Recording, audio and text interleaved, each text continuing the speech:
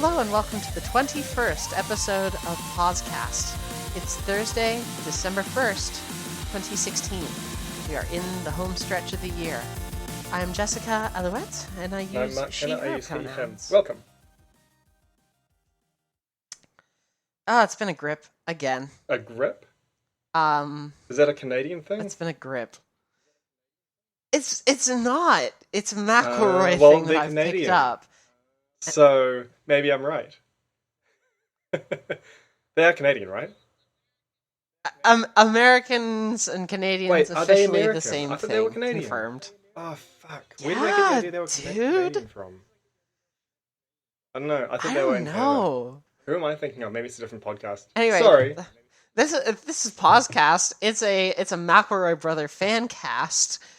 We're excited to have you here. I've been really enjoying this week's episode. This is my brother, and me, an advice show for the modern era. It's a grip? I don't even know what that means. It's a grip? Okay, it's cool. A grip.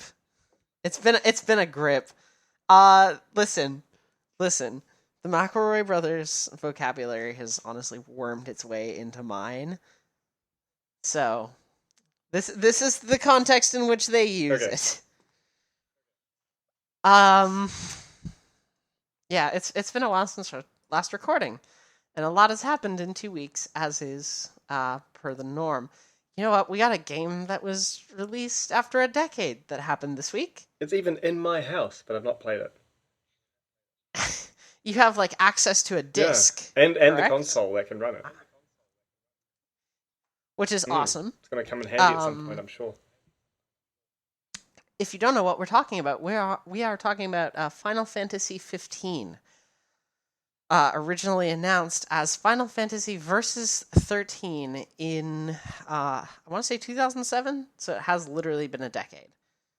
I want to confirm this real quick. While I do that, Mark. Yeah? What have you been playing this week? These past 2 weeks? Oh, yes, this past 2 Well, weeks. I had a pretty full-on weekend of Skyrim Special Edition a couple of weeks ago. And since then, I've been playing Pokemon Moon. And they're both pretty good, I have to say. I hear so much good stuff about Pokemon Sun and Moon. Yeah, I was originally not going to get it until next week, because I'm giving a talk this week, and I was like, I've got to focus on preparing this talk. And then my bloody flatmate, who we were going to get Sun and Moon at the same time, I mentioned at the Dungeons and Dragons game that he runs, which I play in. I mentioned to the others there, I'm going to get it after this talk. He's like, maybe you shouldn't do that because maybe I already got it. so he'd actually picked up both games already and was planning on playing his one in secret. I don't know.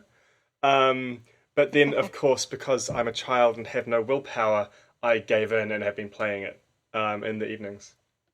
And it's pretty cool. I mean, you gotta balance somehow. Oh, I made sure, I did my homework first and all that stuff. It's amazing how long it can feel when you're working on something, when to play Pokemon, and then 3 hours playing Pokemon goes by just way faster. I feel like I'm 12 again. It's great.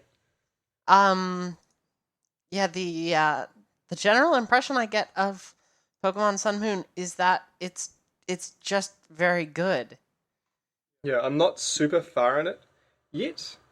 I think I'm probably about 10 hours in. I think my Pokemon are all around level 20-ish. I've done 2 of the trials, which have replaced gyms, essentially. Yeah, I was about to say, they, did away with gyms in this new one. Hey. I like it. What is the trial system? So, the main way it differs is so instead of getting a badge, you get a Z crystal, and I'm never calling it a Z crystal because I'm not American. For a particular type, seems to be the trend. And then that can power up moves of that type if the Pokemon's holding it. But you don't fight a trainer to get it, you fight a series of wild Pokemon culminating in what's called a totem Pokemon, which has an aura which will give it extra defense from the start of the battle or something, and it'll summon allies, which other ones often do as well, but as another new thing. But yeah, so it's kind of like a little boss fight, and like I said, I've only done two, but they've been cool. So it's interesting. Um, it kind of sets them apart now, I think, in that they're not like just the ones you have in wild grass, long grass, but they're also not like the other trainer fights. And each of the trials is set up by a captain, which is like the old gym leader, but you don't fight them to complete the trial. So Mm-hmm. it's kind of nice. It sets them aside and lets them be a bit more of a character because you talk to them a little bit before. And I don't just mean like one conversation, I mean like you meet them and we'll walk around, talk to them at different points. It makes them all feel a little more real and in the world instead of just this person who stands at the front of this room all day, all night, every night. Mm-hmm. Um, so yeah, so that's really cool. The whole world honestly feels a lot more lived in, I think. Um, there's a lot of really cool new or slightly different stuff in it.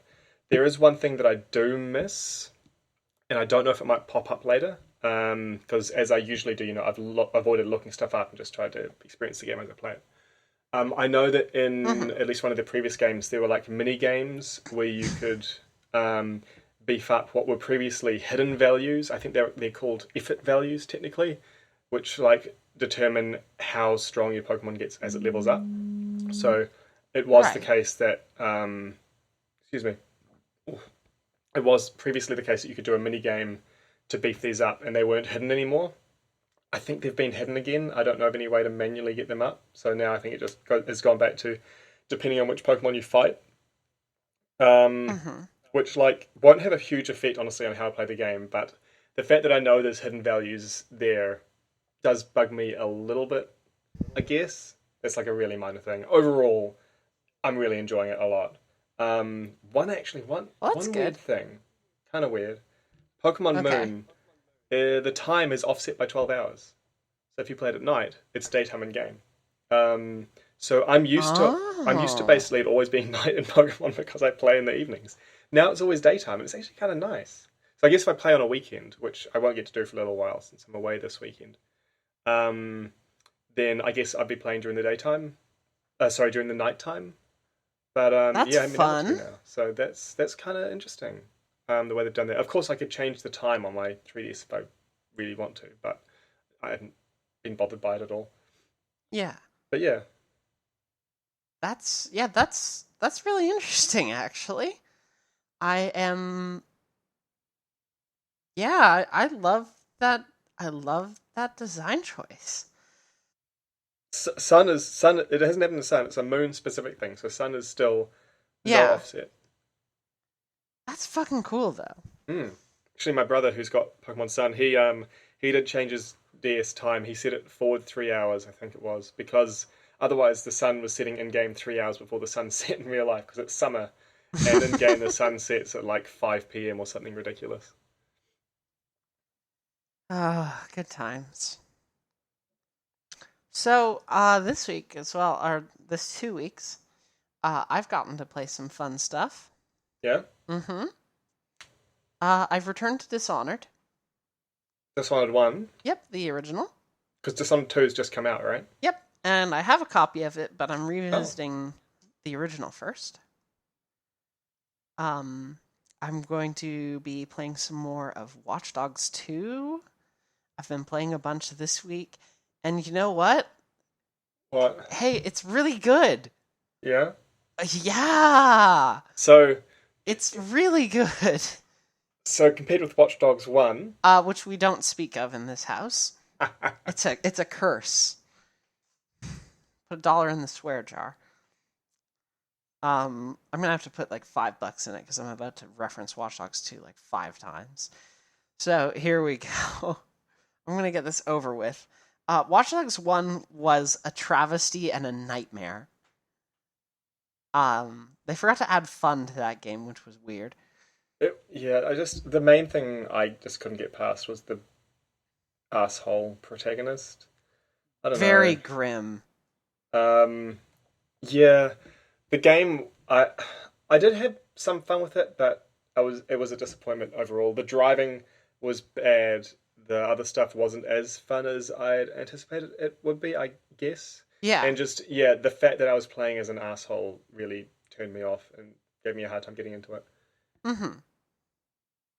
Yeah. Watch Dogs 2. They fixed like all the things and also made the video game fun. Like, That sounds like a good choice. yeah. It's a total 180 from Watch Dogs 1.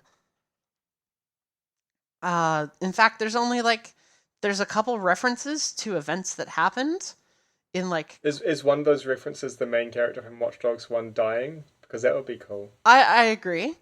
Um, It's there a bit harsh, actually, but I wouldn't still. I think you that's wouldn't be fine. opposed. They're not a real person. If they're a real person, I wouldn't You, say that. you'd But, you'd you have know. some sympathy for them. But I have no such sympathy for Aiden Pierce. He can fuck off. Um, yeah, there's like a couple like clothing items that were worn by characters in Watch Dogs 1 that were prominent. Okay. And Raymond Kenny, who joins you about 3/4 of the way through Watch Dogs 1, Definitely didn't get that far. um, he's back. He was also the star of the DLC. He's back. He's playing a supporting role this time. Okay. Like helping out the DedSec crew. I'm not So very. DeadSec is like your team? Yeah, DedSec was. It was mentioned a few times throughout the first game that they were like a hacker collective. Okay. So the that has continued to be what DedSec is. Is that collective? Is that like the group term for hackers? When Like you have a when I pot of say whales, that, a it's school like of fish, it is a collective of collection hackers. of groups, and like DedSec is a parallel to the real world Anonymous.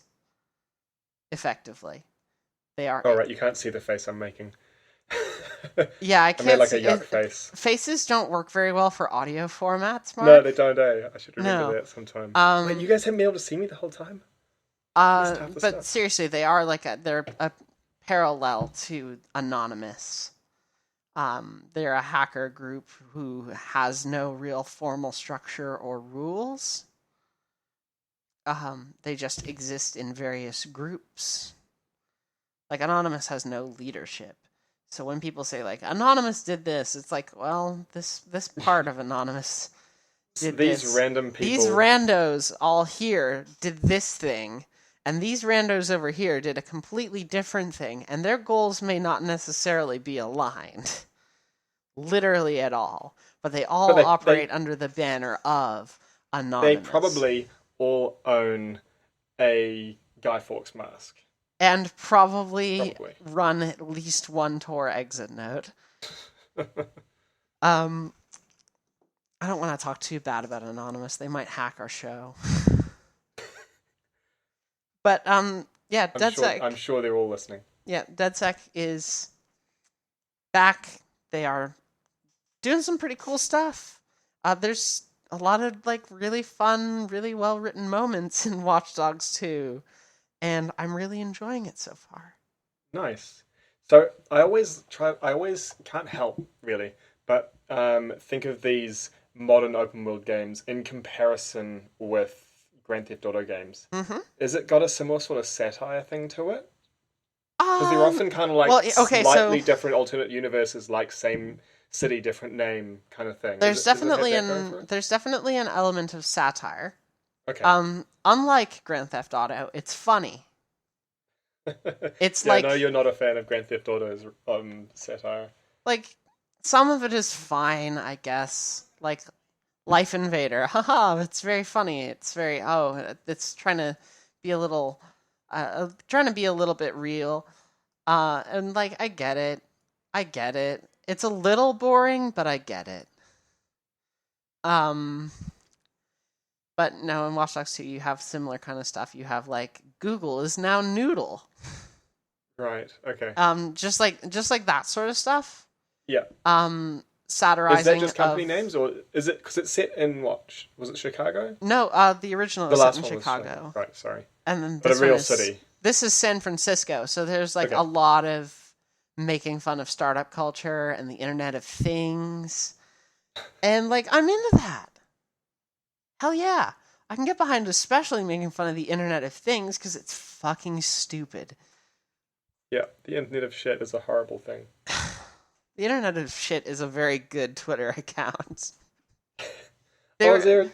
yeah, Is that a thing? there's the Twitter account called Internet of Shit, and they were actually tweeting earlier today about people not able to access their slow cookers because it wouldn't connect to the Wi-Fi. Oh, Oops. that's wonderful.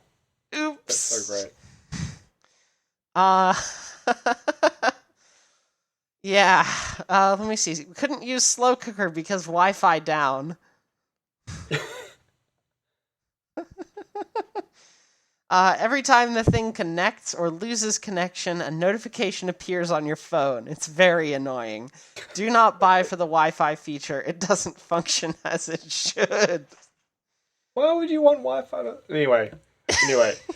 I could Okay. here's devil's advocate, I guess. You want to change it remotely, Well, yeah, right? like more keep an eye on what you're cooking. Like if you So are, what? Like, there's a webcam in there? I don't fucking know. It's a Wi-Fi connected slow cooker. Oh. Oh God, it's a nightmare hellscape. That thing is terrible. Yeah. So there's a lot of like making fun of that, which is it's up my alley. I'm enjoying the writing. There's like making fun of Scientology, which I'm always down for. There is making fun of like Martin Shkreli, the dude who jacked up malaria medicine, and medicine which is also used for like HIV and stuff like that. Like, there's a mission making fun of him. Specifically the Nice. bit where he bought a Wu-Tang Oh, Clan that's right. album for like Yes. millions and millions of dollars. Just so only he could have it. Exactly. So What an ass. Like, so DedSec, one of your first side ops is actually just to like go and hack an equivalent to Martin Shkreli, and you fake him out with an artist that he really likes. You fake him out with like a soundboard. He falls for it, and you direct millions and millions of his money into leukemia research. So it's a delicious, delicious own. And there's a lot of really just tremendously fun stuff in Watch Dogs 2, and I'm enjoying the hell out of it. nice. I've also been revisiting Deus Ex, and that's like a minor point. I haven't played a ton of it. So that's The original. um, Well, I say that. I say that. It's Human Revolution. I'm not playing the 1990s.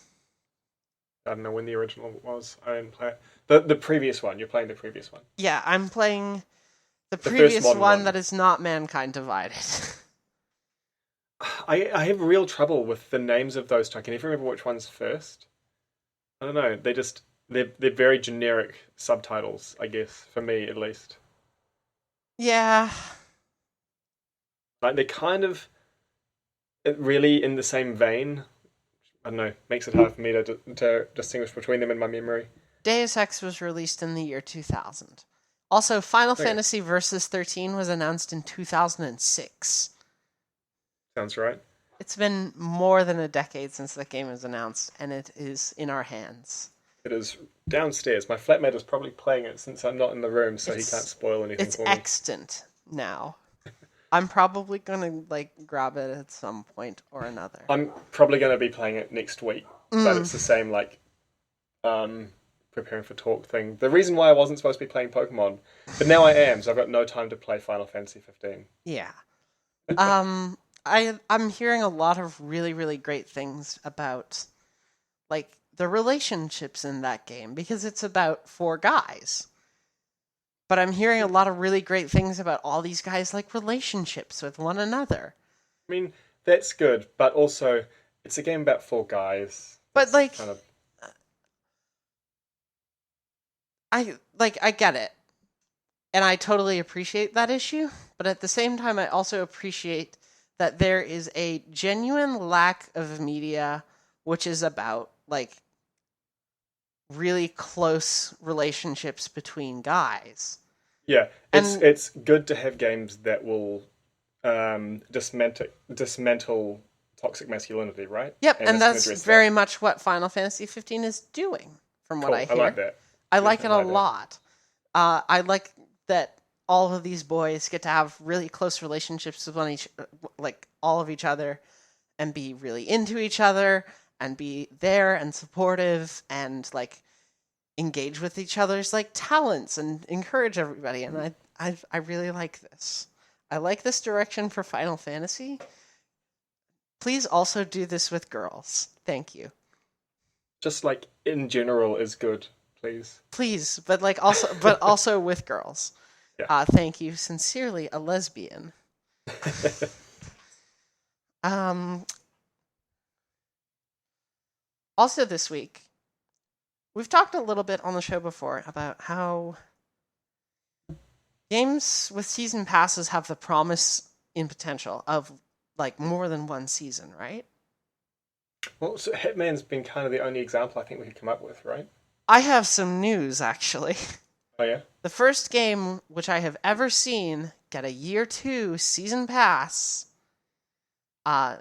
So season 2 is Rainbow Six Siege. So when the first season pass came out, was it clear that it wasn't going to be everything? I don't know that it was. Because that would be bad. I think. I think it may have been called like a year 1 pass or something like that. Okay. So I'd hate to think that people were like thinking that they're paying for all future DLC and then suddenly they're not. Well, they paid for a season. That's the promise of a season pass. Well, a season pass has come to mean all DLC. Uh,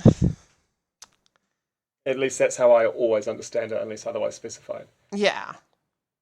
I mean, I don't think it is that way for me personally, mostly because again, I think that season pass holds the promise of a season. It has the potential for multiple seasons, but it's like never really been acted upon. Yeah, this is the first example you've seen of that, though. Yep, this is the first example I've seen of this actually coming to fruition. You can actually get a second season pass. Not sure how I feel about that. I am it's really, a game I don't I'm play, really which into makes it a bit harder.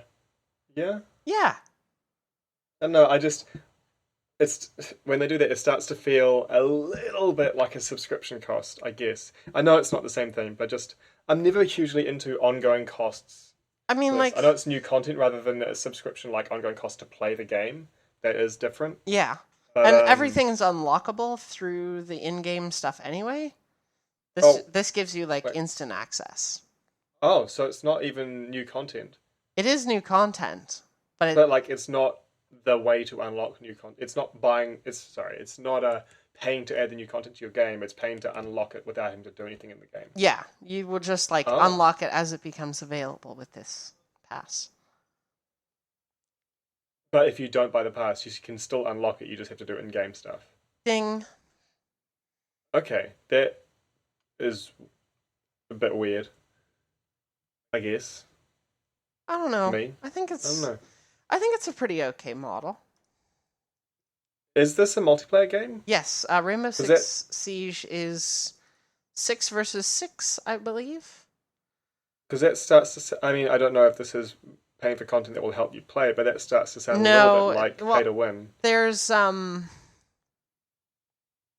different operators that you get, which have different skills. 8 per year, apparently. And some customization stuff that doesn't give you any bonuses. So you get access to more skills because you paid money. More skills right away. Yeah. Arguably. Yeah, but that's starting to sound like pay to win. I mean, it might not pan out. It might not pan out that way. Okay, consider the following: purchasing the add-on classes for something like Borderlands. But Borderlands is a cooperative game. Mm-hmm. Isn't this arguably, Rainbow Six Siege is simultaneous cooperative and competitive. There's a difference, I think, between a game that you can only play cooperatively and team-based competitive games. Yeah, I mean, that's fair. But it's like, to me, it's equivalent to that. It's like if there was a class in Overwatch where you had to pay to play as it, Well, I think. yeah, which is like, it's fine. Mm, is it though? I don't know. I'm not a fan of that sort of thing. I don't know. I think it is fine. I think ultimately everything's still balanced so that nothing is overpowered anyway. Um, in this model, everything's unlockable still. Um, so even if you don't get the instant access, you still like you still have the opportunity to get it. And if you do have the instant access, it's just you have a different skill tree and a different way to play. Yeah. I don't think that's necessarily a drawback to have to pay for. I definitely don't think it's pay to win. But I can see how you could make that argument. Yeah, it seems to at least be on the same scale, Mm. I think. But like I said, I'm just like anytime someone asks me to pay for new stuff, I'm pretty frugal. Mm-hmm. I have trouble. And that's So fair. that's just me. That is fair. That's why I was really happy to get Skyrim Special Edition for free, actually. Yeah, I actually got as everyone did who had all the stuff. I actually got the Darksiders remaster that just dropped for free. Is it that old that it's been remastered? Yep, it's been completely redone. Oh wow. Darksiders was like 2008 or 9. Oh yeah, it was a while ago, eh? Yeah, it's been a while. Okay, no, it was even earlier. Sorry, it was even later than that. It was 2010, beginning of the year. Okay, 6 years or almost 7. Yep, and it's gotten a nice shiny remaster recently. Big texture updates, sounds, new rendering engine. So it looks really pretty. I actually own Darksiders. I wonder if I've played it. If you own the original, you now have the War Mastered edition, which is a dumb name. Oh yeah, I do. And I hate it. That is a weird name. I hate it. But like, you take a look at the screenshots for it. It looks fucking really good. They've clearly put a lot of love into this remaster. Cool. I mean, that's good. It didn't they made a sequel, right? And then it kind of disappeared. Is that right? No, they made a sequel. It's still here. But like, wasn't it originally going to be 3 games or something? I think Four? it might have been. It would also make sense that it's 3 or 4 games, considering it's about the 4 horsemen. Horsemen of the Apocalypse, right? Mm-hmm. But yeah, I remember getting the impression, and I never really followed this too closely, but I remember getting the impression that it had just sort of stopped. Mm. I mean, Darksiders 1, apparently, like, I say apparently, I've played it. The ending has a bit of a cliffhanger, where you see, like, the other 3 horsemen of the apocalypse kind of flying down to Earth. They impact, and then the game ends. Right. Because, like, and there's enough there that you know what happened. Mm-hmm. And then the second one you're Darksiders playing picks is up another as death. Yeah, because you were war in the first one. Correct. Were the other 2 Plague and Pestilence? Yes, I believe so. Cool, I get points. So Darksiders, yeah, that got a remaster. It looks real pretty. The sequel also got remastered in a Definitive Edition. Oh, God. Bad, just terrible. I really liked how much more like loot oriented that game was. They're like God of War clones, right? Actually, Sorry, clones is a bit derogatory, but like they're that style Legend of gameplay, Zelda. Right? Oh, really? The first Darksiders is so Legend of Zelda, you could just rename it to Edgy Legend of Zelda, and it would not be a bad fit. I remember the combat feeling quite a lot like the old God of War games. Well, yeah, the So combat, sure, but the I must have structure, played it because I remember the combat actually. the What am I thinking? structure of Darksiders is very much like the Legend of Zelda games, where you go Oh, into, like get an item to clear this yeah, go area. into Sort a of thing. dungeon, get an item. Now that you have this, the boss fight will require that you use this thing to clear the boss. Yeah.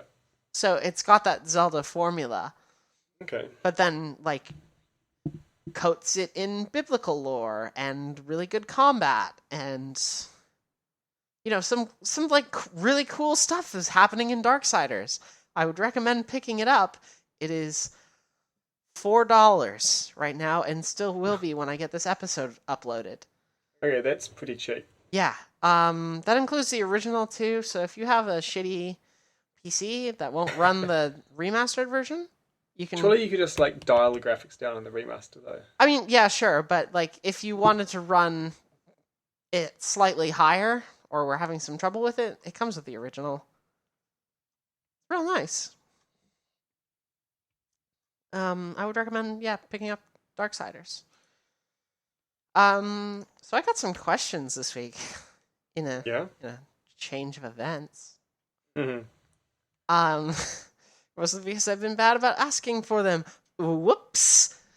Mark, You can always send us questions in between episodes. We'll keep track of them. Yeah, So, it's like, true. If you send us at the end of episodes episodes, we or say we questions keep on in like, touch. yeah, it's Twitter or by email, and like Mark said, we'll point those out at the end of the show. You send us questions like there anytime, we will totally answer them at some point on the show. So this question comes from an anonymous user. Ooh, maybe they heard us bagging on Anonymous. Who asks, what was your first shiny Pokemon, and did you give it a nickname? Oh, this is a sad story because I only once, have seen a shiny Pokemon, aside from, of course, the red Gyarados, which you can't avoid. I think I've seen a shiny Pokemon once as well. I saw a shiny Pidgey and I killed it by mistake. Oh no! Yeah, it was so bad. Oh no! That's really bad. Yeah, it was in Pokemon Silver. And yeah, that's the only one I've ever seen in the wild. Yeah, I saw one in XY once. Wow. Yeah, I saw. I literally haven't seen a shiny Pokemon in the wild in over a decade, and I've been playing Pokemon games. Yeah, So- I've never caught a shiny Pokemon. Is the thing. So did you not play Generation 2? I did not play Pokemon until Emerald, and even then, Okay. I played They Emerald remade- for like 8 hours and never finished it. Like I got to the second dungeon, and I had the thought cross my mind at the time that wait a second, I'm just doing the same shit over and over, and I'm just like grinding this out. This isn't fun. I hate this. And then I Aw. stopped playing Pokemon Emerald. To be fair, I can actually I get that a bit. Mm-hmm. It's way better in the more recent games where they've added the ability to just interact with and pet your Pokemon, and they have little hearts pop out in animations. And honestly, that makes them feel way more like the thing you throw into fights. Mm-hmm. So that's really nice. But so after Emerald and stuff, they actually remade second generation. They made Soul Silver and Heart Gold, and I've got Soul Silver, and I love what they did with it because what they had this feature that I wish they hadn't stopped doing after this, where the lead Pokemon in your party would walk around with you, and it just made them feel so much more real, and that was really, really, really nice. And I think that's sort of like when I played as a kid, it was definitely more grindy because it was only about chucking them in fights. It's the only time you could really interact with them. I still liked it. Like, I Yeah. still had fun with it, but I have a lot more fun with it now that it's not just about that. Yeah, I really got into XY. But like I say got into because I'm not so into it at the moment, you know? Sure. I probably will get back into it at some point, but Pokemon has just not been a thing that I have been playing a lot of recently. I always have time for Pokemon. I've been playing Fire Emblem Awakening. I should have mentioned that. Yeah? Oh, yeah? Yeah, I've like the beauty of that game is the bookmark system. How does that work? I've played the game, but I don't remember that. You don't remember? Okay. So No. basically, if you're playing on classic difficulty, you can't That sounds hard, right? you can't save whenever you want. The Okay. classic is the you can't save wherever you want. People die, they die. People die, they die. So that's that. You got to be careful.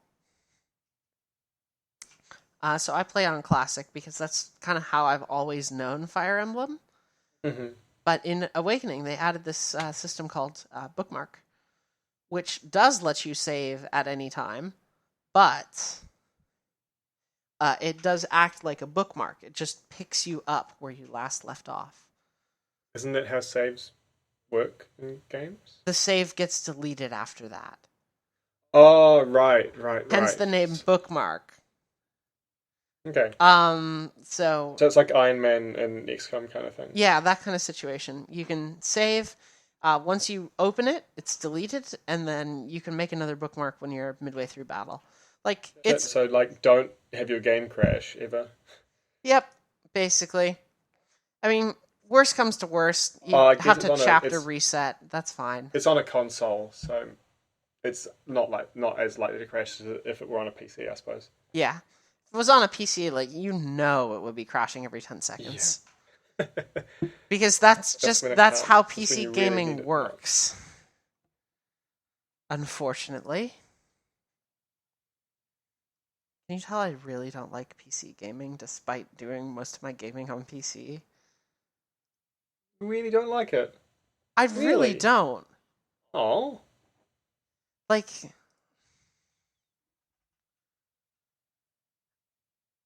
I like that my PC lets me do more than one thing. That's like the benefit to PC gaming. Everything else I fucking hate.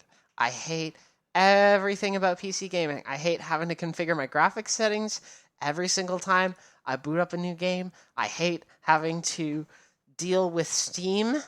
It's bad. I have to use a skin to make it like usable and nice. What don't you like about the Steam skin? I like the dark. It's not harsh on my eyes. I mean, I like that, and that's why I have a skin that's dark, but the UI is a nightmare. I hate it. I prefer Origin and Uplay. Controversial opinion. Uplay is the most horrible piece of garbage, though. No, it's fine. It's awful. It's fine now. Is the weird thing. Okay, maybe I just haven't opened it in a few years because when I last did, it was a horrible piece of garbage. Yeah, no, it's like good now, which is weird. Origin also good, which is weird. Okay, I'm not sure I believe that. No, it's good. I promise. Listen. Listen. I promise. It's good now. They're better than Steam. Mostly like from a UI and UX perspective. In terms of selection and like prices and deals and stuff like that, like I still would rather go through Steam. Here's a feature that Origin and Steam, just Origin doesn't have. Or no, sorry, wow, can't speak. Just Steam doesn't have. Can't change your fucking username. Can't do it. Can't you? I've never tried. You can change your display name, right? But the actual one you log in with. Yeah, the actual one you log in with can't be done, which means that now I'm locked into a username that I haven't used for years. Right, Which is stupid and dumb, and I hate it because I have 400 games on this fucking account, and I can't change it to, be more modern. Yeah, and I mean, at least no one else can see it if you can change your display name, but still, I can get that annoyance. Yeah, it's. How often do you see it? Does your computer not log you in automatically? Cause No, I logs me in automatically, but I see it often enough, like on every single Steam receipt I have. Right. Whenever I go into support, whenever I want to interact with Steam, like most of the time, chances are I'm like a click away from seeing that old username. Right. Ultimately, it's not like terrible. Like it's not a bad username, but it's not ideal. I'd like to change it. Mm. Fucking Valve. Also, Steam reviews are a nightmare. Oh yeah, I when I talk about not minding Steam, I should probably mention how I completely avoid like the community and reviews sides of Steam. Yeah, it's all bad. Here's a way that we can make it better, though, that I thought of this week. I have this now. This Okay. idea is extant in my head. Um, so we lock reviews. Now, hear me out. You know that 2-hour refund cap that Steam Is that has? what it is? 2 hours? Yeah, it's 2 hours of playtime. Okay, sure. Um, what I suggest is twofold. First, add a flag so that like you can't beat a game and then return it. Like Steamworks knows that you've beaten the game. It's like, nope, you've beaten this. Sorry, we can't let you return it because you beat the game. That's it. Yeah, I've heard of some people doing that for short games. That sounds completely fair. Yep, I think that should be a thing. I also think that past a certain point or that 2-hour time frame again, you should not be able to fucking review a video game on Steam. Past the 2 hour time frame. No, you shouldn't be able- sorry. Before the 2-hour time frame, absolutely should not be able to review a video game on Steam. What if it's a game That is broken. you have? I have thought of What, this. No, that's Okay. not the question. What if it's a game that you have played a lot of on a different platform, or as an older version, it's a remaster? Not my problem. Too bad. Too bad. Like 2 hours is not a lot of time. You can leave it No, open it's not. for that. Especially if it's a game you've played a lot of and want to review. Yeah. Like having a flag so that like you can get past these couple of missions and then you can review it, or like you can get past 2 hours and then you can review it. I think that would. I think the 2 hours thing would, because this would have to be implemented on Steam's side, because if it's implemented on the developer side, then they could just not fire off that flag. Well, if they suddenly no don't one fire can off the review it. flag, then there's the 2 hours. That's Yeah. the backup. Like you can fire the flag so that like people have to get through the first couple missions before they can leave a like impressions review, or you can leave it to 2 hours. Like it's fine. That flag could also be for a short game if you finished it, Hmm. and then the review option opens up. Now, when I posted this on Twitter, I got some feedback like, "What about broken games?" Here's what I think. You go to the if you go to a game page, where it right now has your review button or review UI, you can choose I'm having a problem with this game, and then choose the nature of the problem. So like it's having poor performance, or this game isn't what I expected, that sort of thing.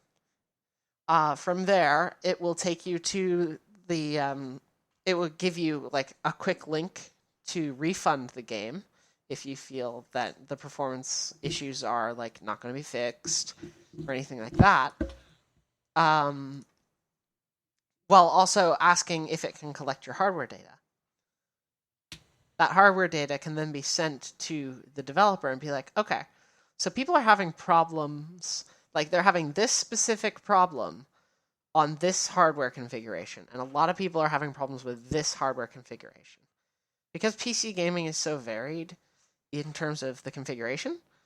Is that not roughly how their support works now? I haven't had to use it in a long time. This but I is seem to a remember way just of like collect hardware automating bug reports essentially. Like, hey, a lot of people are experiencing performance issues on GTX 900 series cards. Like specifically. And then the developer can address that a little bit better, I think. But I think that would allow for Steam reviews to become fucking useful, because people leave like 0.1 hour played impressions constantly. It's dumb, and it reduces the overall quality of reviews on this website. Does Steam still have that disabling of reviews if you got the game via a key? Yes, it does. Okay. Disabling, or back on it. it's not disabling them because you can still do it. Oh, right. They just It just doesn't. just, It like, doesn't filter them out. contribute to the scoring. And you can filter them out, can't you? Yes, you can. Right. But yeah, they don't contribute to like the total review score, so like the recent and overall reviews, which I still think is really bad because it discourages people buying at like third-party retailers like Green Man Gaming or anything like that. Steam says they're doing it to counteract like developers giving out keys and paying for positive reviews. And I mean, that's fine. That's a reasonable concern. I don't know about anybody who's done that though. So, anyway, that's Steam reviews. Don't read Steam. Like, if you want to ever laugh at how stupid gamers are, just go read the Steam reviews for anything. Or even better, just don't. I mean, yeah, Just don't go because read they'll make them. you mad. Is the problem? Like, don't go looking at the reviews for No Man's Sky. Like, it's a trash fire for people who don't have taste. Actually, that's right. Remember, I mentioned a little while ago about how it's not actually a big deal that the Advertising Standards Authority is investigating them. Oh yeah, They've that's also right. now found that they didn't uphold the complaints. Yeah, So, nothing there was. Yeah, nothing there was there. Like, yeah, they found nothing substantive that would make the Mhm. advertising misleading. So yeah, I didn't think it was a big deal, and it turned out to be not a big deal. weird how we're right about these things. Weird, weird, weird. Or lucky, who knows? Yeah, weird or lucky. I think it's just weird. I got another question for you. Oh, yeah? Yeah, I got two. Weird. Cool. This is a weird week. This one comes from Maya on Facebook, actually. And Maya asks, a recent debate is over the prevalence of open world gameplay versus the apparent lack of a strictly linear story, and how much we need of both. What sort of game do you prefer, and how do you feel the types of narrative need to be supported in order to progress video games as an art form? Yeah, this reminds me of just how interested I am to play Final Fantasy 15 because I've heard that it is partly open world, and I know that Final Fantasy games, at least the ones that aren't online, I don't know about them, are heavily story based. So I'm really interested to see how that puts them together. What I tend to find is in open world games, I ignore the story to the best of my ability. Like Skyrim, nah. I use that as just like a little fantasy simulator rather than a story game. Right. And I tend to go to those linear games that are less open for my narrative hit. See, I really like open world storytelling in theory. And I think that it can be done really well. I think Watch Dogs 2 is actually a really good example of doing this well. I think they've balanced that whole game out quite nicely with narrative content. There's like narrative content that you have to hack off people. Like they're just like on the street and you get a little notification like, hey, this person has information on an operation that might be able to boost DeadSec's followers. You should look That's into what it. you want, right? If you should be able to scratch the service and it still looks real, that's good to have that sort of side content. So like, it's tricky.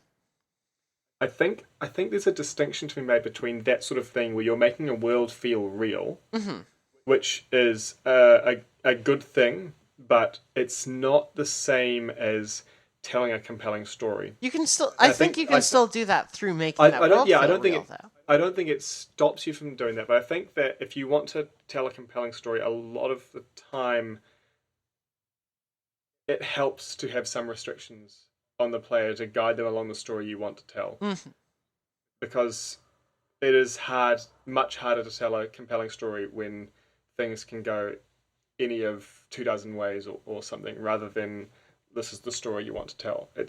I think it's much easier when you can write the whole thing out with maybe some different paths, but not a million.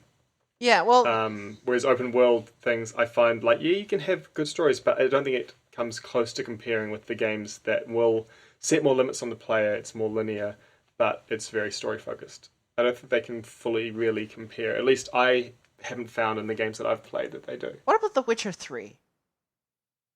Yeah, I think that when you're off the main story in The Witcher 3, the world feels very real, but I don't find it compelling in the same way as a more linear game like Final Fantasy X. Okay. See, I still find that plenty compelling and still find myself like really engaged with that world and that story because The Witcher 3 sets up that like it sets up the role so well and I still like I continue to engage with the story even outside the context of a story mission. Yeah, I mean, I'm not trying to say that it'll disengage you from the world or anything like that. It can still feel real, but it's I don't know. I'm trying to think of the words of how I want to describe what I'm trying to say, Okay. but I'm not sure I'll be able to. So let's just keep going. Yeah. Like I definitely prefer I think more focused narrative experiences ultimately. I really like open world stuff and I think we can totally strike a balance between like opening up the world to players and letting them like muck around and also telling really great stories which are linear most of the time anyway. Like Oops. I guess a recent example would be Batman Arkham Knight for me. I think that also struck a really good balance, especially because all of the like side stories contributed to the main story. So it all felt like it was, telling one cohesive story, even though the night lasted 24 hours, which was the thing that happened. That's right. Actually, yeah, I wonder. I haven't played it, and as I always do, I've tried to avoid looking stuff about it, but because it's so old, I can't help but know a couple of things about it. Final Fantasy X-2, I don't know if I will play it, but I think that it starts off much more open, but still from what I know of just its prequel, having just finished playing it relatively recently, it's likely to be quite story focused. So I wonder how that would go if I do end up playing that. It would be interesting. I'll definitely get to Final Fantasy 15 first, and that's got a similar kind of thing anyway. Now, with regards to the last part of the question, which is like, how do I feel the types of narrative need to be supported in order to progress video games as an art form? I think open world titles need to really bump up their focus on telling really good stories, and making it compelling to like do the main quest. Like an often cited criticism of Skyrim, including by myself, is that Skyrim's main quest is just fucking boring. So everybody does. It's an Elder Scrolls game, so I mean, that's not an excuse. No, I know, but like, anyway, sorry, that's a bit disparaging of me. I've never found Elder Scrolls games to have interesting stories, though. This is what I'm saying. Avoided the stories, not the games. I'm saying this. I'm saying we should do better. I think that shouldn't really be that should be a thing of the past. I think that an increased focus on narrative in your open world game, like in The Witcher 3, the amount of care and like love that has gone into crafting that open world, and the amount of care and love that has gone into crafting the open world of Watch Dogs 2 and making that main story compelling. And like you want to do it. You want to be engaged with the story. I think that open world games need more of that. And maybe less of, the side activities and stuff that are offered are fun. They're good distractions. But in some games like Skyrim, that can totally become overwhelming. And you lose the plot. I think open world games, where they fall flat, it used to be that they'd feel empty, that they were too big and they didn't have the content to fill the little spaces. Yeah. I think, for the most part, they've moved past that. But I also think that still they'll often fall flat. And I think a big reason for that is that although they might still tell stories in little spaces, the stories can feel very impersonal. They don't focus on relationships or anything like that. Like in Fallout 4, for example, a lot of it is like, this is what happened a very long time ago, here's some zombies to kill. kind of thing. Yeah. It tells a little story, but it feels very impersonal. Whereas some of the stuff I saw in The Witcher 3, in what relatively little I had played of that game, because I didn't even get to halfway, no, I don't think. But a lot of the content you come across, just that side content, it told a story, but it made it quite personal and memorable and stuff. Yeah. I think that's a difference. I think, and part of this as well is not every story needs to be told through combat, right? Mm-hmm. That's a place where a lot of games have trouble, I think, especially when, your sword is or your gun is the way you interact with the world. Yeah. But I think having all those little bits that you find in open world games focus a little more on the people and how they fit into the world instead of just like some relatively impersonal story. I think that could help, and it kind of leads into the more linear narrative aspect of it perhaps as well. Mm-hmm. And there are some great examples of it in the games that I'm saying miss out on it. Like I know Fallout has got side content that does focus on personal stuff for characters. Yeah. But there's a lot of stuff that I feel, okay, there's a little story here, but it's like paper thin, kind of, if that makes sense. I think, and also in order to support the linear story form as well, there's a couple things we need to get away from, in order to properly support this. If you ask me, one of the things that we need to get away from, is the label of walking simulator. Come on, walking simulator is a bad label. Yeah, I agree. Corridor shooter, also bad. Come on. I've also heard corridor simulator, which is kind of the same thing. Yeah, it's just same deal. It's a derogatory. We get it. You just don't like linear stories. You're an open world type of person.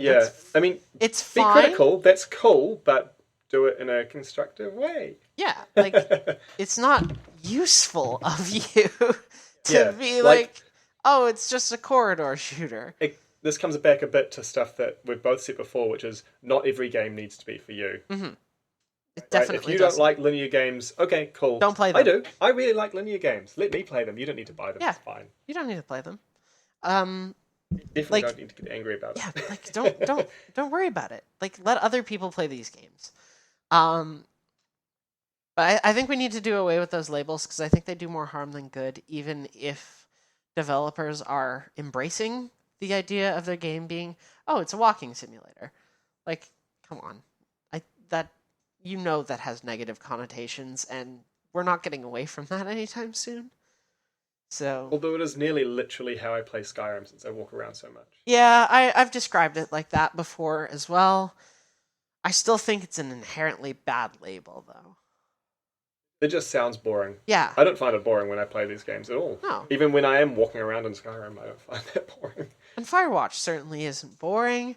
Neither is Dear Esther or or Gone Home. Gone Home is not a boring game, contrary to what people would have you believe. It's not boring. It tells a really, really pleasant personal story. Yeah. I think that will be a step towards supporting kind of more linear storytelling. Corridor shooters also, I get that part of it is descriptive if you are moving through buildings on a near constant basis. I get that, but a criticism that was often levied at BioShock Infinite around the time that it was launched was that it was a corridor shooter. Well, no. It's a linear and focused game, but it is distinctly not about corridors. If you wanted to use that as a derogatory, may I suggest perhaps looking at Metal Gear Solid 5? Sorry. That is a game about, in the first half, moving through very open, very spacious corridors. If you really want to use these things, and we should be critical of games that confine you to corridors in a quote unquote open world, or just confine you to corridors of a building.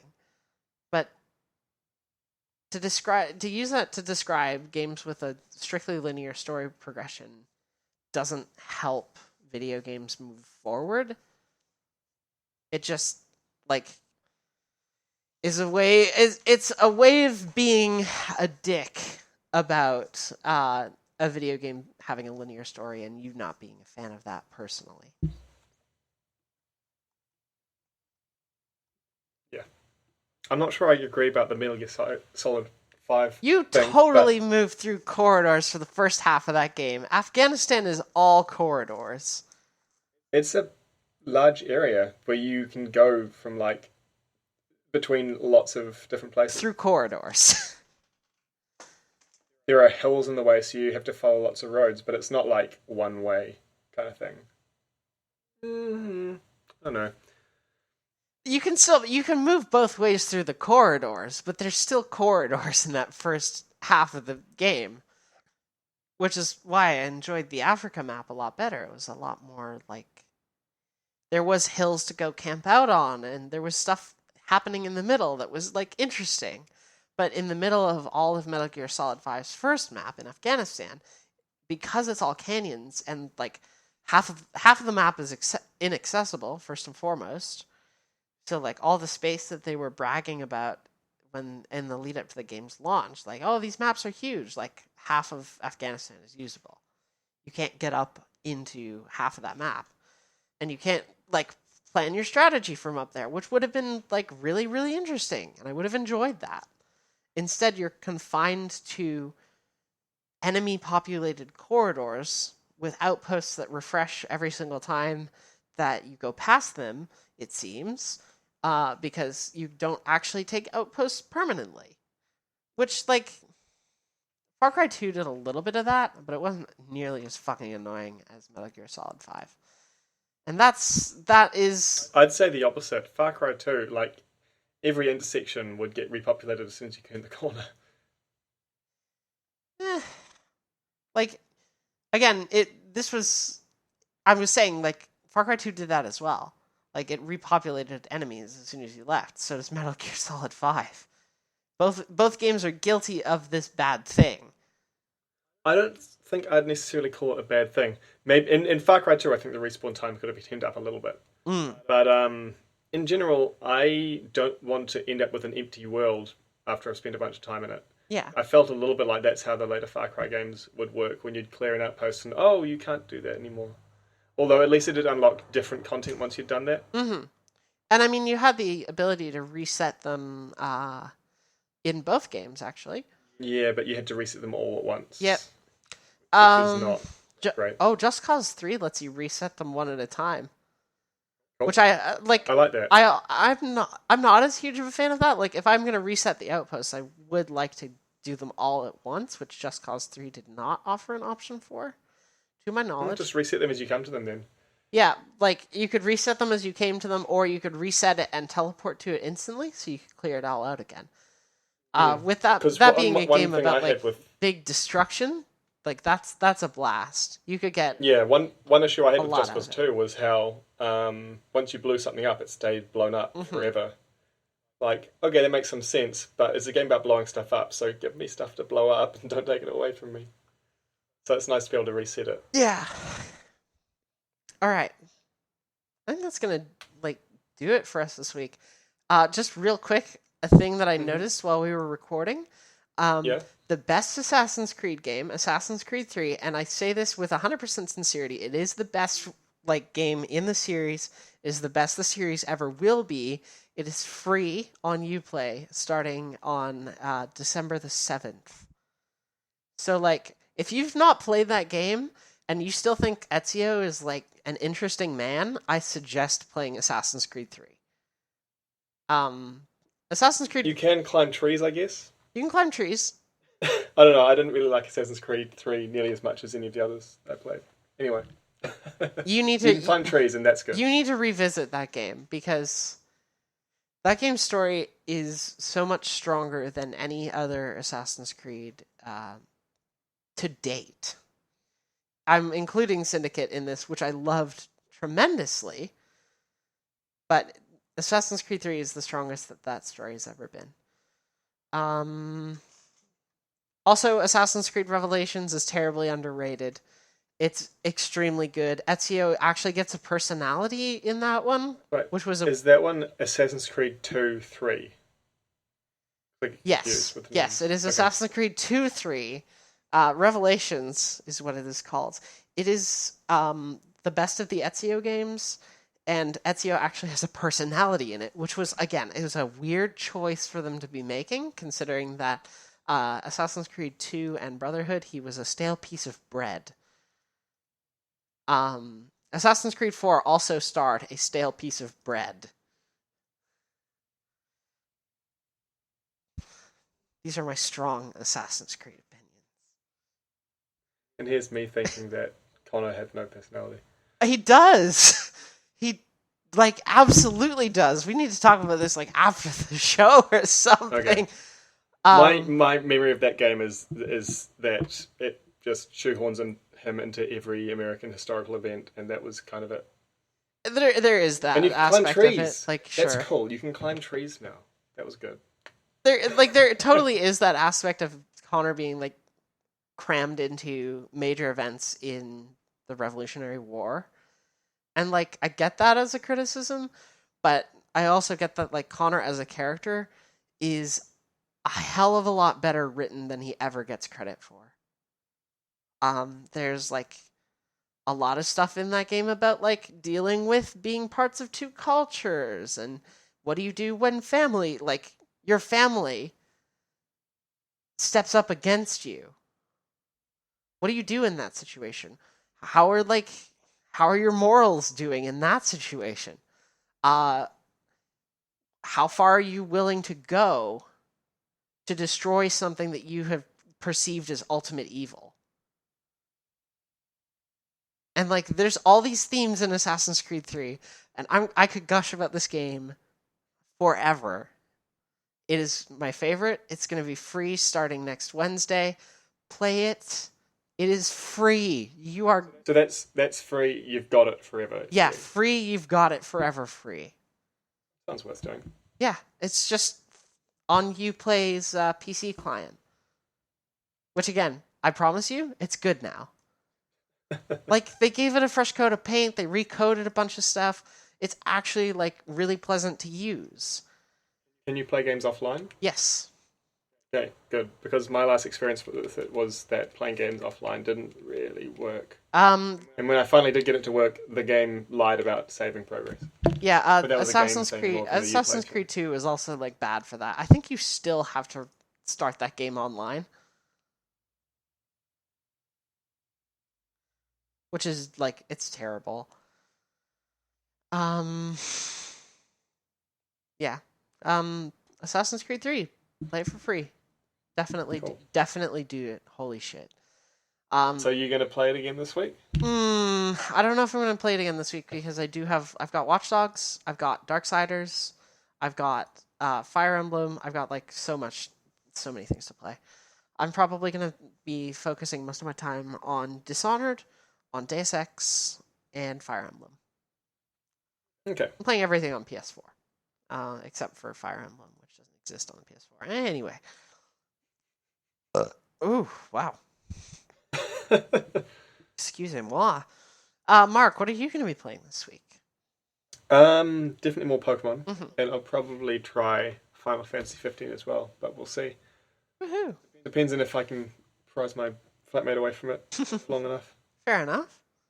And also, narrative-based games like that are games I prefer to play alone as well. So yeah, we'll also see how it goes with that.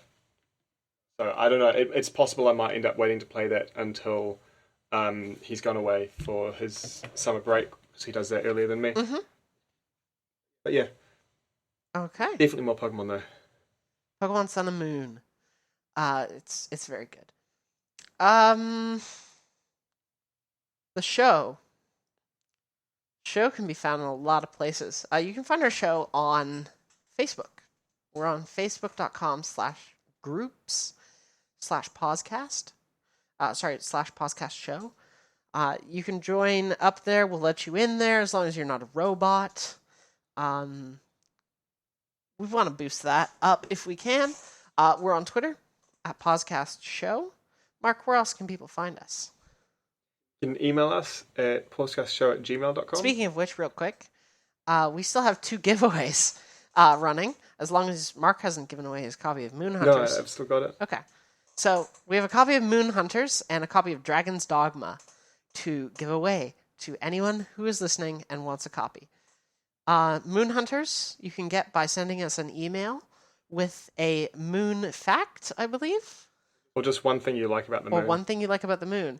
And you can get a free copy of Dragon's Dogma Dark Arisen on the PC if you send me an email at pausecastshow@gmail.com, which is about a dragon. Talk to me about dragons. Tell me about your favorite dragon. And that's it. I want to nerd out about dragons for a little bit with you. And you get a free game for it. So hey, come on. Find us on SoundCloud, soundcloud.com/pausecastshow. And you can find us on iTunes, bit.ly/pausecast-iTunes. If you are listening on iTunes, please consider giving us a rating or a review. It helps boost our visibility in iTunes a little bit. Thank you to Anamanaguchi for the theme song that we use. It is called John Hughes, and it is off the album Endless Fantasy. Anamanaguchi makes really, really awesome chiptune rock stuff. It's really I always find myself defaulting to that, but their music is kind of hard to describe. It's a mix of kind of old video games with modern kind of pop rock. Highly recommend it. Mark, where can people find you on the internet specifically? Oh yeah, that thing.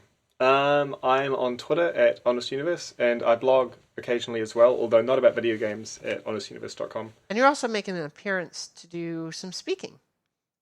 Oh yeah, I'm going to be in Queenstown for the New Zealand Skeptics Conference this weekend, which will be fun. Excellent. So if you're listening and you're from Queenstown, maybe pop into the Skeptics Conference. Say hi. You got to buy tickets if you want to pop in. Well, but send me a message on Twitter and I'll come say hi in person. We can manage that. There you go. I'm there on Monday as well, which will be fun. I am on Twitter at cockatielcutie. I am on Tumblr at bird.school, which is the best goddamn URL I ever have had or ever will have. Yeah. That's a thing. Oh yeah, I figured out another thing I'm going to try this week. Overwatch has started its 3rd season. Oh yeah? Yep. So that's probably a thing. I'm Jessica Alouette. I'm Mark Hammer. Thank you for listening, and we'll see you next week. Bye.